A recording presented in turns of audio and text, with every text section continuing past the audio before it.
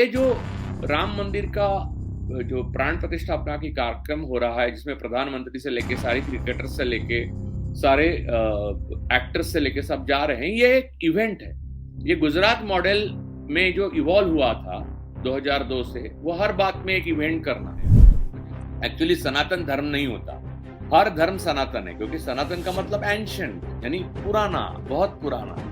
तो सनातन नाम का कोई धर्म नहीं, हिंदू नाम का भी कोई धर्म नहीं। ये एक परंपरा है, और धर्म के आधार पर शंकराचार्यों को ऐसा लगता है, या किसी को भी लगेगा, यानी आप पढ़ो तो आपको पता चल जाएगा कि ये धार्मिक कृत्य नहीं किया जा रहा है, ये अधार्मिक कृत्य हो रहा है, इसलिए उसको वो विरोध करेंगे।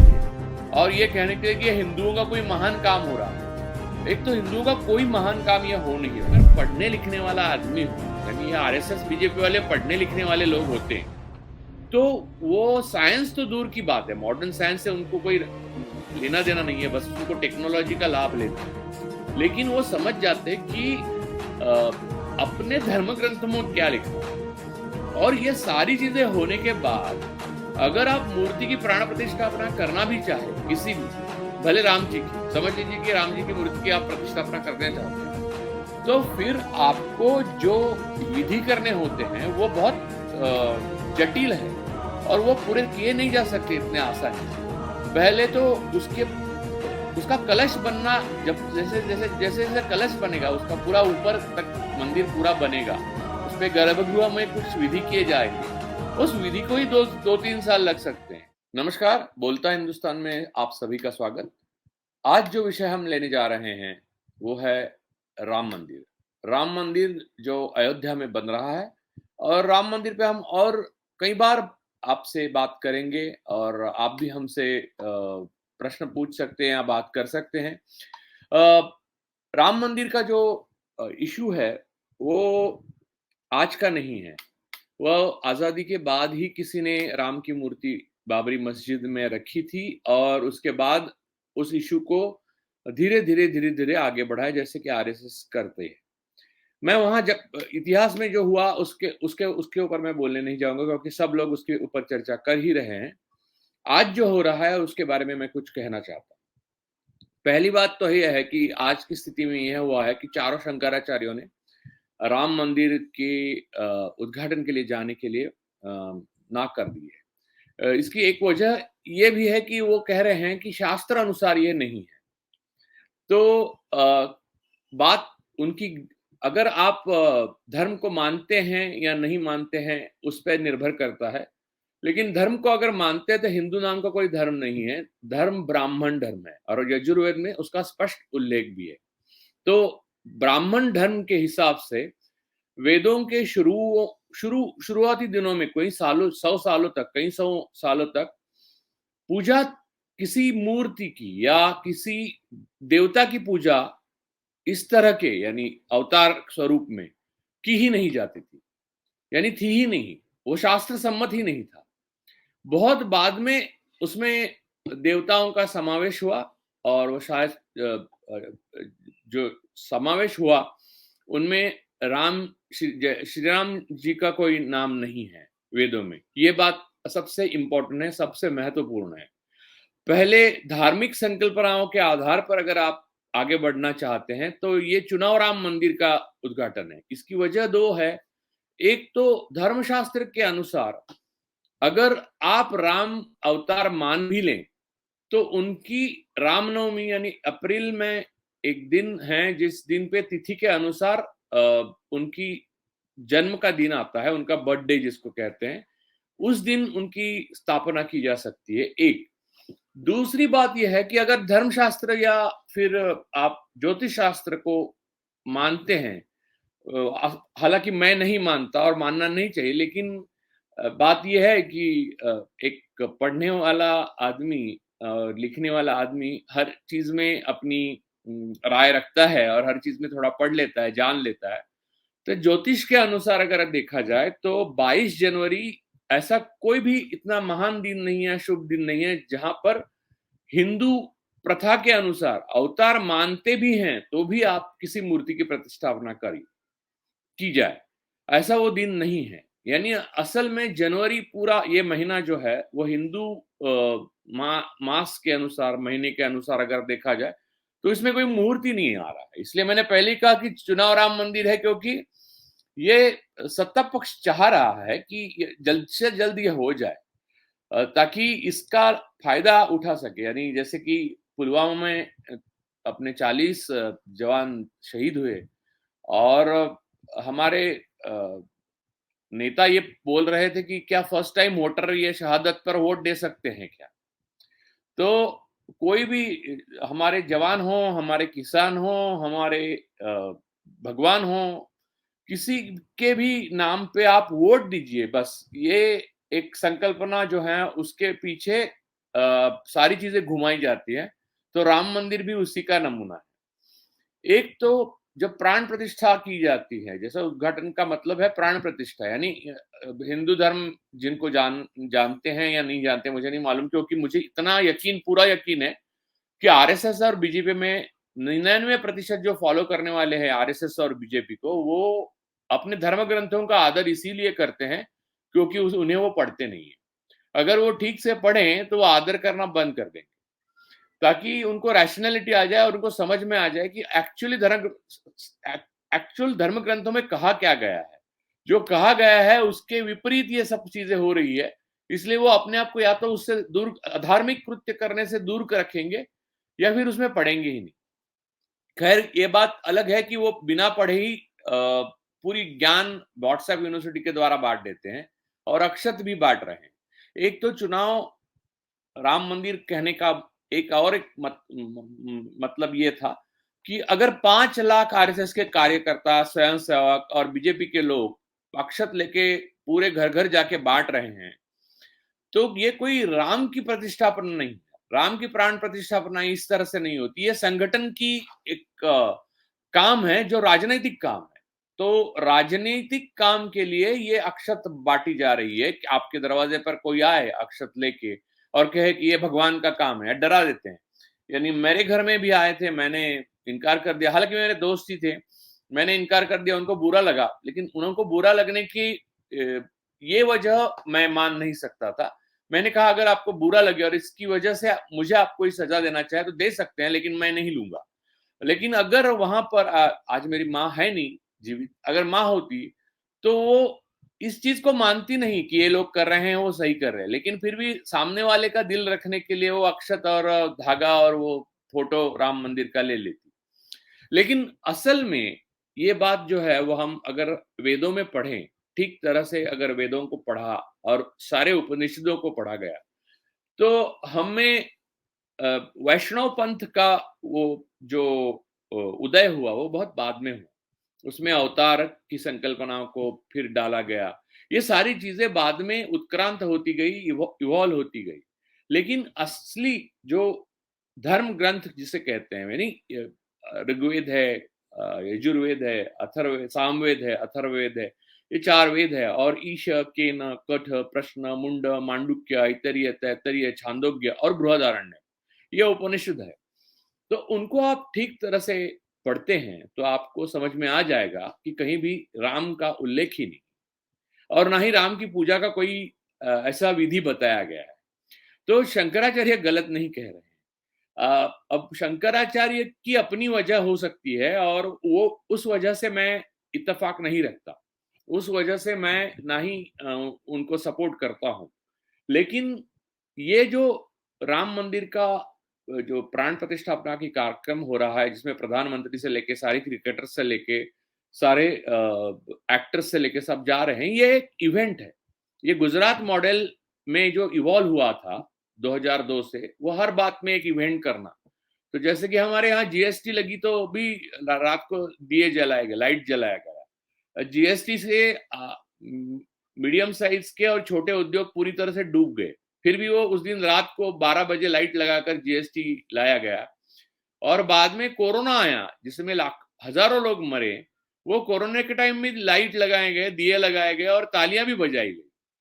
तो हर बात का इवेंट, यानी आप जन्म लो या मरण लो, या मृत्यु हो या जन्म हो, आपको, आप किसान हो या जवान हो या हो भगवान, आपको होना है बस चुनाव के लिए, चुनाव आना है, चुनाव के काम बस।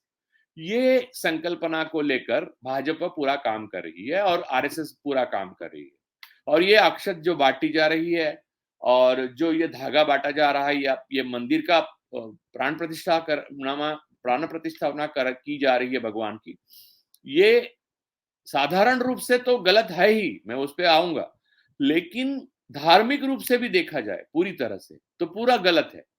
और अवतार को इतना इस पूरे यानी ये पूरी जो वैदिक पद्धति है, या जिसको ये सनातन कहते हैं, एक्चुअली सनातन धर्म नहीं होता, हर धर्म सनातन है, क्योंकि सनातन का मतलब एंशंट यानी पुराना, बहुत पुराना। तो सनातन नाम का कोई धर्म नहीं है, हिंदू नाम का भी कोई धर्म नहीं है, ये एक परंपरा है। और ये एक परंपरा में इस अवतार अलग अलग हुए हैं। वैसे आप अवतार की बात को मानकर चले तो भगवान का पहला अवतार है मत्स्य अवतार। तो मछली, जो हम मछली जल की रानी है, तो वो जो मछली है वो पहला अवतार है। और उसके बाद कई अवतार है, उसमें वराह अवतार भी है। आपने कांतारा फिल्म देखी होगी तो उसमें वराह अवतार का भी नाम है। और कोई अवतार किस अवतार से बड़ा या छोटा नहीं है, हर अवतार बराबरी का है। तो ये वो अवतार की संकल्पना जो है, उसकी पूजा करने की जो परंपरा है वो बहुत बाद में आई इस देश में। असल में जो ओरिजिनल ग्रंथों में जो है, मूल ग्रंथों में यानी वेद है, यहाँ में इसमें पूरी तरह से ऐसी कोई संकल्पना नहीं थी कि ऐसी इस तरह से पूजा करने की। और उसमें भगवान श्री राम का नाम तो बिल्कुल नहीं है कहीं भी।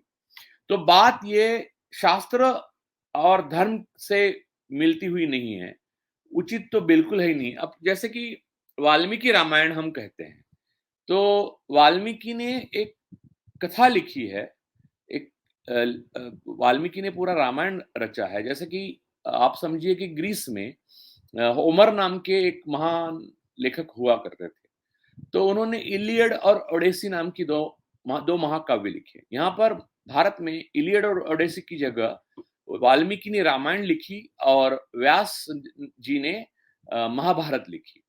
तो वो महाकाव्य हमारा धरोहर माना जाता है और उसको मानना भी चाहिए, क्योंकि ये प्राचीन हमारी संस्कृति, परंपरा, हमारे रीति रिवाज, ये सारी चीजें उसमें आपको पता चलती है। जैसे पढ़ते पढ़ते जाते हैं तो आपको अच्छी और बुरी चीजें उस वक्त कौन सी थी वो सब कुछ पता चल जाता है। उस वक्त 4 वर्ण थे, राम राज्य में चारों वर्ण थे। और जैसे कि शूद्र को अधिकार नहीं था, शंबुक को जिस तरह से मारा गया था, सुग्रीव और वाली के मामले में जो हस्तक्षेप राम जी ने किया था, ये सारी चीजें एक कहानी का हिस्सा है। और वो कहानी जैसे अनफोल्ड होती है, जैसे जैसे आप आगे पढ़ते पढ़ते जाते हो, तो आपको ये पता चलता है कि उस वक्त जीवन कैसा रहा होगा, उस वक्त लोगों को किस तरह से लोगों के साथ बर्ताव किया जाता था, या राजा और प्रजा इसमें क्या एक रिश्ता हुआ करता था।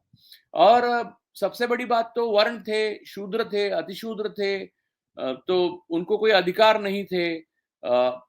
और दूसरी बात यह है कि जिस रावण के बारे में हम इतना ज्ञान, लोग कहते कि रावण को मारते हैं, दशहरे के दिन हम तो रावण को हर साल मारते हैं, यानी रावण की एक मूर्ति बनाकर उस पे बाण चलाते हैं और उसको जला देते हैं।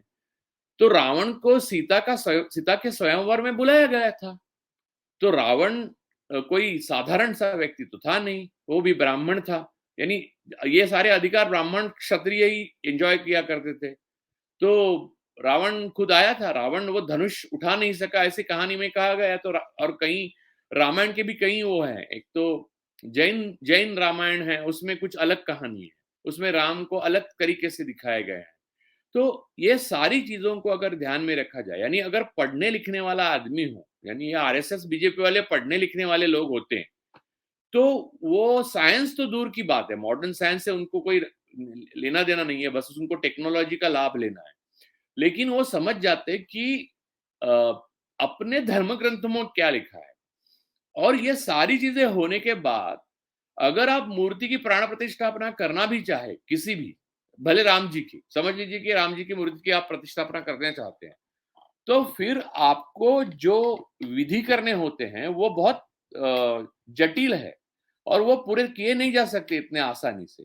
पहले तो उसके उसका कलश बनना, जब जैसे कलश बनेगा, उसका पूरा ऊपर तक मंदिर पूरा बनेगा, उसपे गर्भगृह में कुछ विधि किए जाएंगे, उस विधि को ही 2-3 साल लग सकते हैं। तो विधि किए गए नहीं है।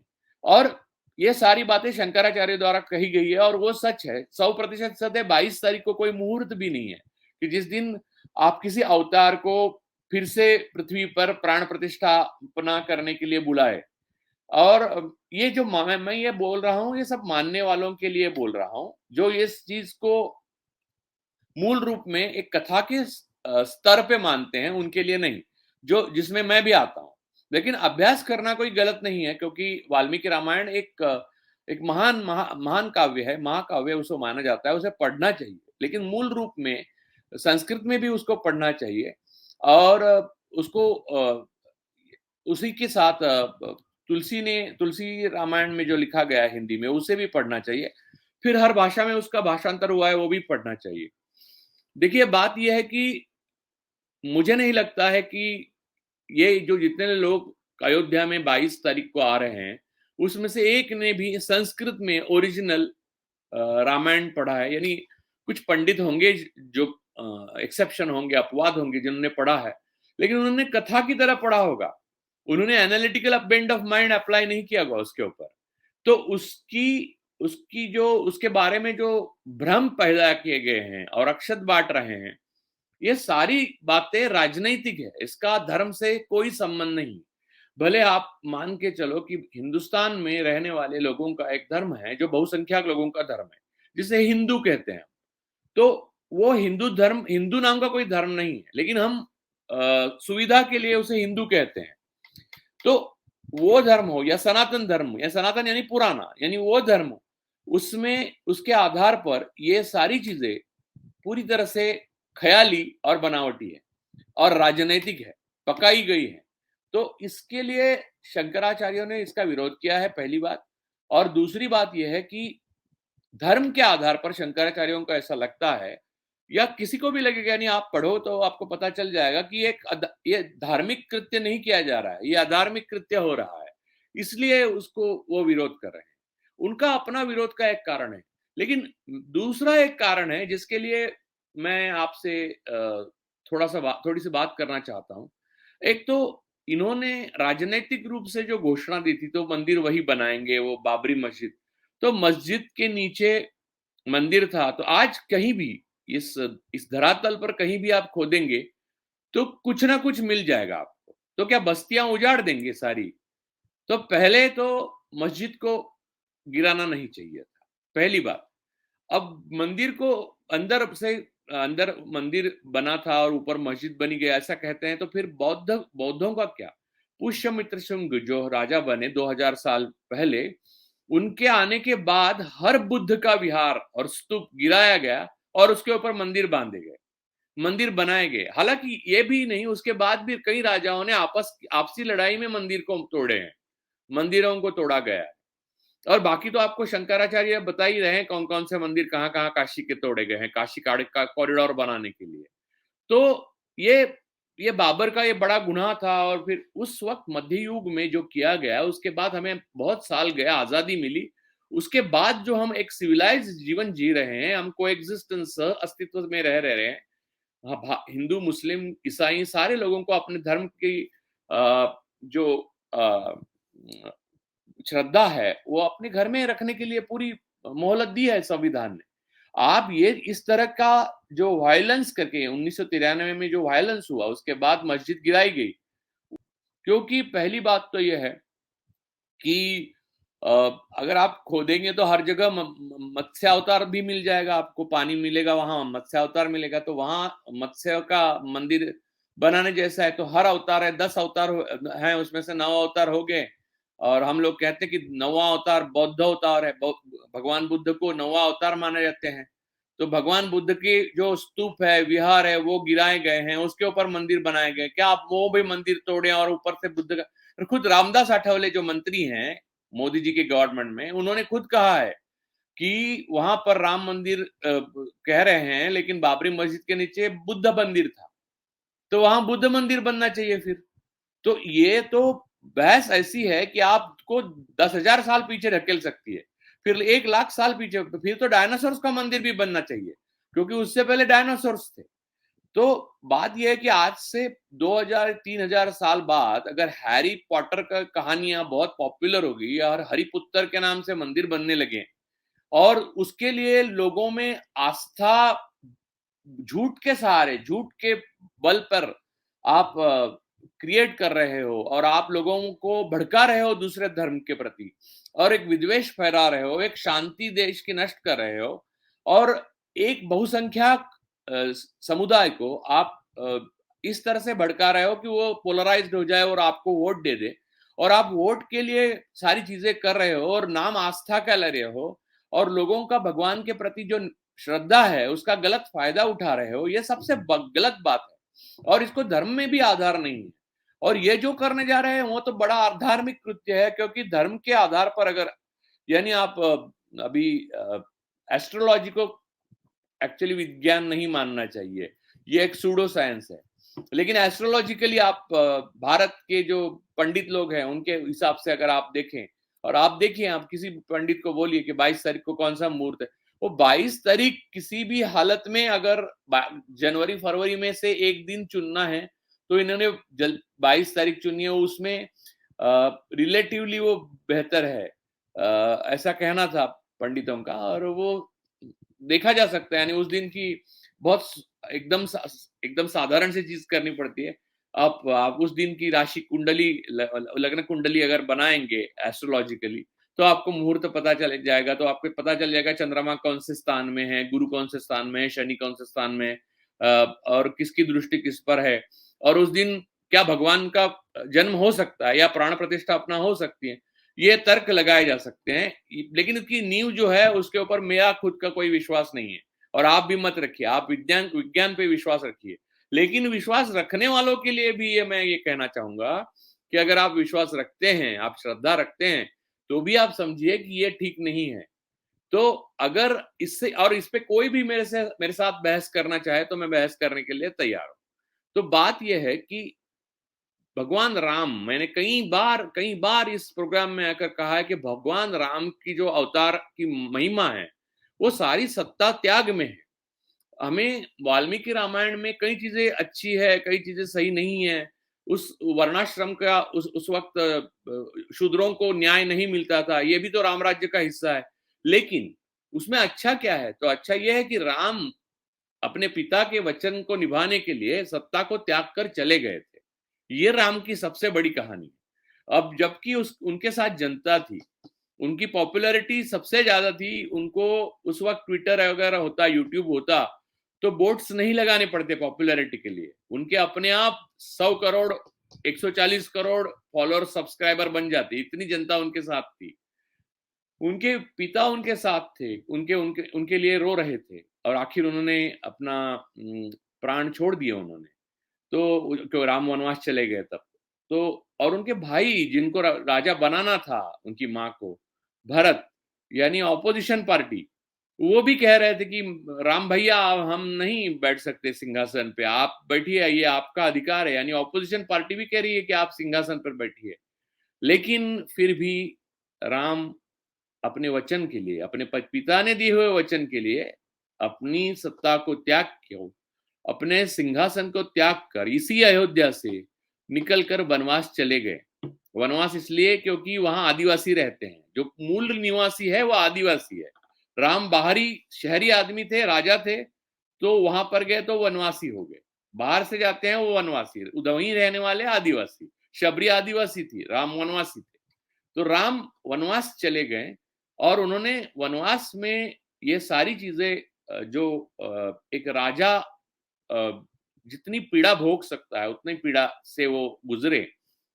अब रही बात रावण की, मैं रावण की तरफ आ रहा था कि रावण ने शुरू में जो कहानी है उसमें सीता यानी जानकी का जो ब्याह था उसके लिए रावण को भी बुलाया गया था। अगर वो धनुष उठा सकता था, वो शुभ धनुष, तो वो भी जीत सकता था, यानी वो स्वयंवर, लेकिन वो नहीं उठा सका, ऐसी कहानी है। अब उसके बाद हम रावण को राक्षस भी मानते हैं, और उसकी बहन हमारे यहाँ नासिक में, महाराष्ट्र में एक बोर्ड है, मैं कभी आपको दिखाऊंगा किसी प्रोग्राम में, कि यहाँ पर शूर्पणखा के नाक को लक्ष्मण ने काटा था। अब बात यह है कि अगर रावण इतना बड़ा योद्धा था, उसको जानकी की स्वयंवर में बुलाया गया था, मेहमान था, और वो भी धनुष उठाने के पात्र माना गया है, उसकी बहन ब्राह्मण ही होगी, वो असुर कैसे होगी? और वो लक्ष्मण से प्यार करने लगी, तो वो लक्ष्मण नाक कह देता है एक अच्छे व्यक्ति की तरह। ये उसने नाक काट दी उसकी, और नाक काट दी तो कौन भाई है भाई, इतना वीर, इतना पराक्रमी, इतना साहसी, इतना बड़ा ब्राह्मण, इतना बड़ा शिव भक्त जो है, जिसके बहन की नाक कट गई है, नाक काट दी गई है, बस इसलिए कि एक लड़के से उसने उन्हें प्यार किया जो पहले से जिसका ब्याह हुआ। तो मुझे ऐसा लगा कि कोई भी भाई उसका प्रतिशोध लेने के लिए आ जाएगा। उस तरह से रावण ने किया, ये भी एक पहलू आप समझ सकते हैं। हालांकि रावण ने वैसे नहीं किया, उन्होंने सीता को भगाने का प्रयास, भगा कर लेके गए, यानी आए थे साधु के वेश में। इसलिए आप ये समझ लीजिए कि सबसे आपको सतर्क रहना अगर है तो कोई साधु के वेश में आता है तो उससे सतर्क रहना चाहिए। ये रामायण की दूसरी सीख है। कोई कहता है अपने आप को फकीर या साधु, तो इसका मतलब वो साधु या फकीर है, ऐसा नहीं होता। रावण ने भी यही कहा था कि मैं साधु हूं, मैं फकीर हूं, और वो उसी की वजह से, यानी यह साधु या फकीर है, इसी की वजह से सीता मैया ने वो लक्ष्मण रेखा को लांग दिया था, और आखिर इसी वजह से पूरी रामायण में सीता को जो भोगना पड़ा, वो जो त्याग करना पड़ा सारी, यानी बाद में भी राम ने कहा मैंने लवकुश भी वन में ही बड़े हुए और सीता का त्याग कर दिया क्योंकि उनके चरित्र पर संशय लिया गया, वो सब सारी कहानी पूरी रामायण में लिखी गई है। लेकिन ये सब शुरुआत होती है एक साधु या एक फकीर के आने से, और वो कहता है कि मैं फकीर हूँ सीता, मुझे भिक्षा डालने के लिए आप आगे आ सकती हो, मैं भिक्षा मांगकर खाता हूँ।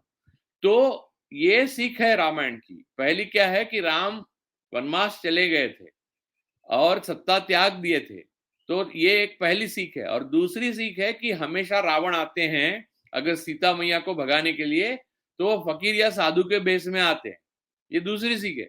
लेकिन आप तर्क से सोचे तो शूर्पणखा ब्राह्मण ही हो गई, उसकी नाक कट गई, उसका भाई पराक्रमी था, तो राम के साथ जो युद्ध करता वो हार भी गया होगा और राम जीत भी गए होंगे। तो भी इससे ऐसा कोई निष्कर्ष नहीं निकाला जा सकता कि इस वजह से हमें हर साल दशहरे के दिन रावण को जलाना चाहिए। ये हमें समझना चाहिए कि रावण में जो दुर्गुण थे वो हमें नहीं आने चाहिए, क्योंकि रावण की मृत्यु से पहले खुद राम जी ने लक्ष्मण को कहा था कि राजनीति शास्त्र अगर सीखना है तो तुम रावण से पहले सीख लो, उनके मृत्यु से पहले।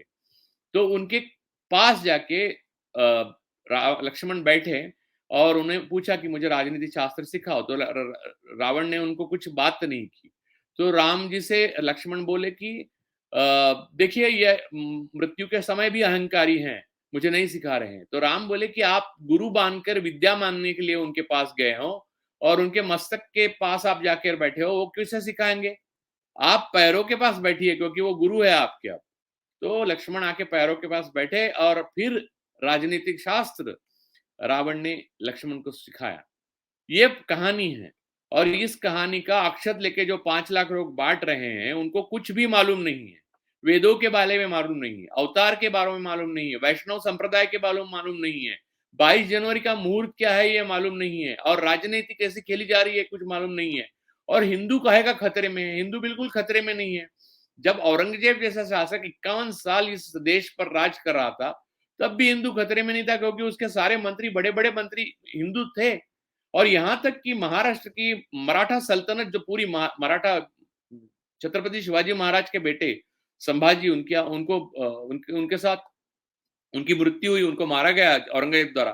बाद में उनके बेटे यानी बड़े शाहू राजा और उनकी पत्नी जो यसुबाई थी, उनको मुगलों के कैद में थे, यानी औरंगजेब के कैद में थे, तो औरंगजेब ने उनको मुसलमान नहीं बनाया था। बाद में थोरले यानी बड़े वाले शाहू महाराज जो है, उनको पुण्य श्लोक शाहू महाराज कहते हैं, वो आकर गद्दी पर बैठ भी गए और उनके समय असल में मराठा साम्राज्य का विस्तार हुआ। वो तो हिंदू ही रहे हमेशा। तो ये गंगा जमनी तहजीब की एक अलग सी कहानी है हिंदुस्तान की, जो जानते ही नहीं लोग, जो धर्म ग्रंथों को जानते नहीं, जो एस्ट्रोलॉजी को जानते नहीं, जो वेदों को जानते नहीं, जो उपनिषदों को जानते नहीं, जो पुराणों को जानते नहीं, जो पुराणों को वेद समझ रहे हैं, जो कहानियों को असल असल समझ रहे हैं, और अब जो असल है, असलियत है, वो उपनिषदों में है, वेदों में जो भी लिखा है उसको कहानी समझ रहे हैं। और ये सारे महान कैरेक्टर्स हैं, यानी किरदार हैं, चाहे राम हो, चाहे रावण हो, चाहे लक्ष्मण हो, चाहे सीता मैया हो, कोई भी। इसलिए हम लोग हिंदुस्तान की एक तहजीब रही है हमेशा, सुबह मिलते ही राम राम कहते हैं। ये जय श्री राम के नारे जो हैं, जो वॉर कराए, वो राम की प्रतिमा से मेल नहीं खाता। राम पूरे अपने जीवन में समुंदर के सामने, समुंदर ने 3 दिन में एक बार जगह नहीं दी, इसलिए क्रोधित हुए थे, वरना पूरे जीवन में राम ने कभी क्रोध नहीं किया। तो राम क्रोध का दूसरा नाम हो ही नहीं सकता। किसी भी प्रकार के आक्रमण, वायलेंस, हिंसा का राम नाम नहीं हो सकता। इसलिए इसलिए हम हमेशा कहते हैं कि हमारे हृदय में राम बसते हैं। राम का दूसरा नाम प्रेम है, राम का दूसरा नाम नफरत नहीं है। तो नफरत फैलाने वाले नफरती चिंटू अक्षत लेके घर घर जाके राजनीतिक फायदे के लिए और सत्ता को चिपके रहने के लिए ये जो राम मंदिर का ये प्राण प्रतिष्ठापना कर रहे हैं, इसे सीधे आरएसएस का मंदिर ही बनवा देते। एक और कैसे एक श्लोक है, मैं उस दिन एक भाषण में कह रहा था, हमें जब हम संस्कृत जब सीखे तो चलाने के लिए हमें, यानी चलाते हैं, वन वन वन चलाते हैं, राम चलाते हैं, शब्द को पूरी इसमें चलाते हैं, उनकी षष्टी यानी वो उसका उसका हर अंग जो हम देखते हैं, यानी राम को चलाना सिखाते, वन को चलाना सिखाते, फिर श्लोक सिखाते हैं। उसमें कई श्लोक है, जो उसमें से एक श्लोक है, अष्टादश पुराणेषु ऐसस्य वचनम द्वयम् परोपकाराय पुण्याय पापाय परपीडनम आकाशात् पतितं तोयम यथा गच्छति सागरम सर्वदेव नमस्कारा केशवम प्रति गच्छति। इसका मतलब है कि कुल मिला के ये अर्थ है कि आप दूसरे के ऊपर उपकार करो तो वो पुण्य है, दूसरे को तकलीफ दो तो वो पाप है। आप किसी भी देवता को नमस्कार करो, जैसे आसमान से बारिश गिरती है और सारे नदियों में जाती है, वो आखिर जाके समंदर को मिलती है, वैसे सारी जो आप किसी भी देवता को अगर स्मरण करें या नमस्कार करें तो आप केशव को नमस्कार करते हैं। तो यहाँ पर आरएसएस ने शायद केशव का मतलब केशव बलिराम हेडगेवार निकाला है और वो शायद इसीलिए अक्षत लेके घूम रहे हैं। तो मैं ये आपको सबको आह्वान करता हूं कि आपकी अंतर्दृष्टि को खोलिए। मोहब्बत और प्रेम से बड़ा कुछ भी नहीं है, और नफरत के बल पे राम कभी नहीं आते। उस मंदिर में राम नहीं बसते जहां नफरत हो। नफरत 3 किलोमीटर दूर हुई है, लेकिन 3 किलोमीटर ही सही, अयोध्या में ही तो हुई थी। तो वो राम जो आपके दिलों में है उसे जगाइए, वो आपके लिए काफी है। क्योंकि गांधी जी जीवन भर एक प्राउड हिंदू रहे हैं, और जब नथुराम गॉडसे ने उनको गोली मारी, उनकी हत्या की, तो मृत्यु के समय उन्होंने हे राम कहा था। तो जिन्होंने हे राम कहा था उनका स्मरण कीजिए, और हत्या करने वाले लोग, उनका पक्ष जो है, उनकी जो पार्टी है, उनका जो संगठन है, वो राम मंदिर बना रहा है। तो क्या राम वहां आएंगे? आपको लगता है? आपको क्या लगता है? जरूर हमको बताइए। धन्यवाद।